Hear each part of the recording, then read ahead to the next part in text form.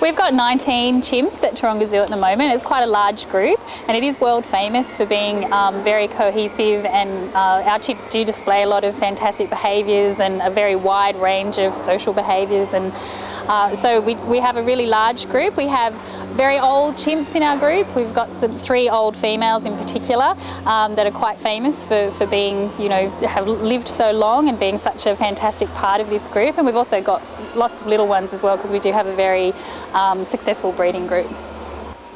We've got 3 old females. We've got Bessie, who's 60, we've got Lulu, who's 58, and we've also got Spitter, who's recently just turned 50. So they are considered to be quite old. In the wild, they estimate, longevity in chimps is up to around 45, but this is always under review and being reassessed as people learn more and more about chimps in the wild. And, we're not quite sure really how long they live to, but we do consider these 3 old girls to be pretty special.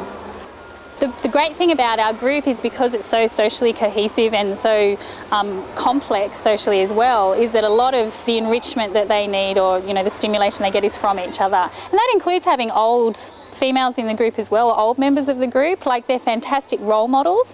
They're also fantastic peacemakers. They've got a lot of life experience. They know all the chimps in the group very, very well. They've been around for a very long time. So they're just an integral part of the group. So having that dynamic sort of age range in the group, for a 60-year-old right down to, a 2-year-old, does provide so much social stimulation for the group, and they really do learn so much from each other. We're seeing lots of just normal behaviour with these old females. They're still very, very significant, members of the chimp community here at Taronga. They play a very, very important role, in fact, in the group, socially. And they're older, and they are starting to show a few signs of slowing down, and there are a few sort of minor health concerns with them. But because they're here at the zoo and they've got lots of fantastic keepers and vets to look after them, we are actually taking care of, just some minor health issues, a little bit of arthritis in one of our old females and that sort of thing.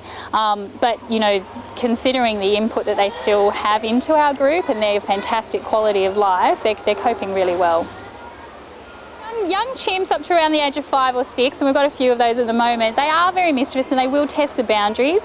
They'll try out all sorts of behaviours, that we would consider naughty, and they will pick on other members in the group, and that could be all members of the group, including the old girls as well. But those old girls can, they can give what they get, and we often will see the old girls sticking up for themselves. If one of the young chimps kind of runs past and, does a bit of a slap on the back, the old girls will turn around and tell them off and give them a bit of a whack back as well. So they're cheeky, and that's just how they are. That's how they learn what behaviours are good and bad. And by the time they get to about age 6, they start to get disciplined a bit more heavily, and they'll start to behave within the boundaries of the community.